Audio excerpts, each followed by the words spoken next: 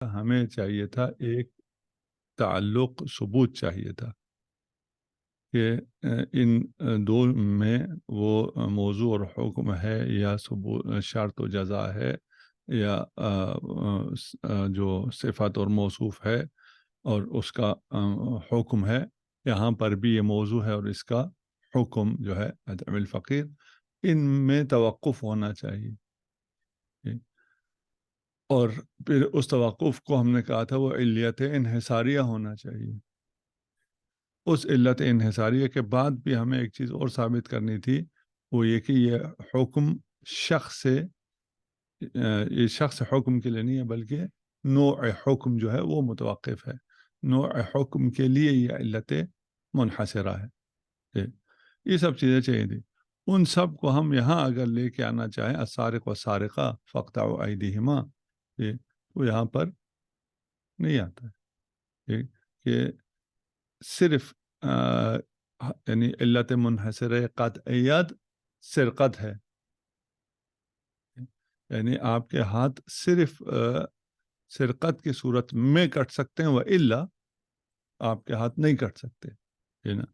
یہ اس طرح کا ادعا کسی نے نہیں کیا ہے کہ آپ کہیں کہ یہاں پہ سارق و سارقہ سے آپ کہیں کہ یہ آپ کے ہاتھ دوست کے چور کے ہاتھ تو کٹیں گے، اس کے علاوہ کسی کے ہاتھ نہیں کٹ سکتے ہیں. الزانیہ والزانی فاجلدوا کل واحد منہما مئۃ جلدہ. یہاں پر جو تازیانے لگانے ہیں وہ بھی صرف کس کو لگانے؟ زانی اور زانیہ کو لگانا. باقی کسی کو شلاق نہیں مارا جا سکتا ہے. ایسا مفہوم لقب کسی نے نہیں کہا ہے. ہاں، سو جو ہے اس میں کیونکہ دونوں مفہوم لقب بھی آ گیا، مفہوم عدد بھی آ گیا. سو جو ہے نہ زیادہ نہ کم. اگر کوئی اس مرتکب کا اس قبیح کا مرتکب ہے تو اسے 100 تازیانے لگنے ہیں. نہ زیادہ مار سکتا ہے نہ اس سے کم. 99 مار کے چھوڑیں پھر بھی حد پوری نہیں ہوئی، اور کہیں کہ اسے 105 ماریں وہ بھی نہیں ہو سکتا. ٹھیک. یہ آیا وہ ہے مفہوم ہے یا مفہوم نہیں ہے، مفہوم عدد اتنے حد تک. دوسرا مفہوم کیا ہے کہ 100 صرف اس پہ مارا جا سکتا ہے، کسی اور جرم پہ آپ نہیں کہہ سکتے اس کو 100 تازیانے مارو. تازیانہ کہیں یا 100 تازیانہ کہیں. تازیانہ کہیں گے تو پھر وہ ہو جائے گا لقب، اور 100 کو لے آئیں گے تو وہ ہو جائے گا عدد. ٹھیک.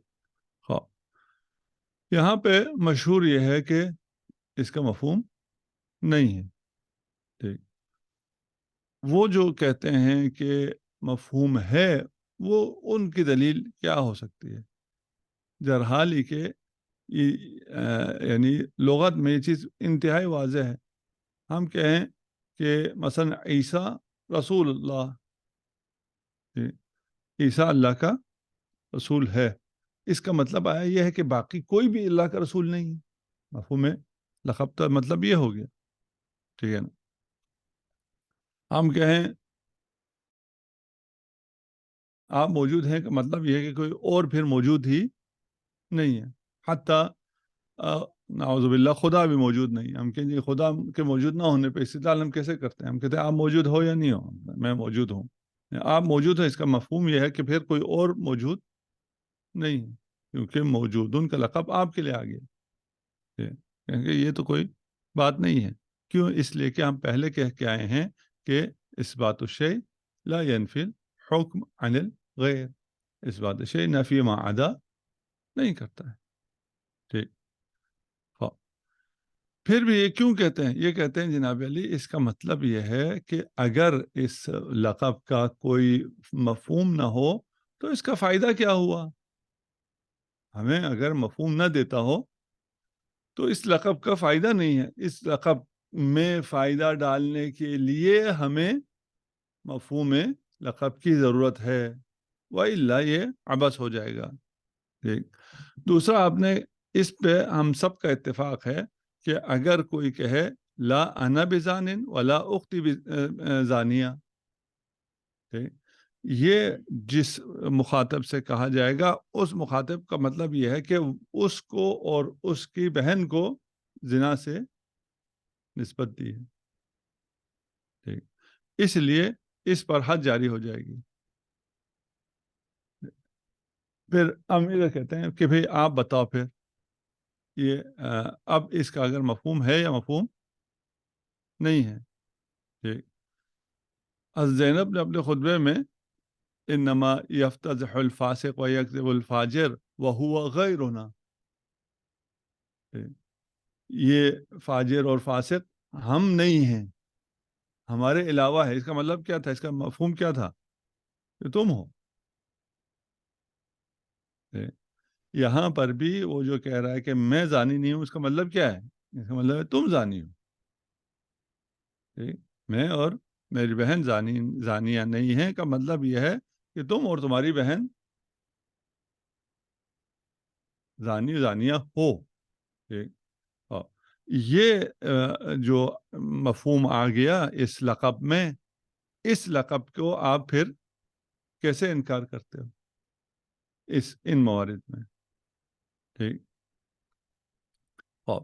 ہم کہتے ہیں کہ ہم نے شروع میں کہہ دیا تھا اگر کہیں کسی مفہوم کسی قرینے کی وجہ سے کسی کلام میں مفہوم ہے تو اس میں تو کوئی حرج نہیں.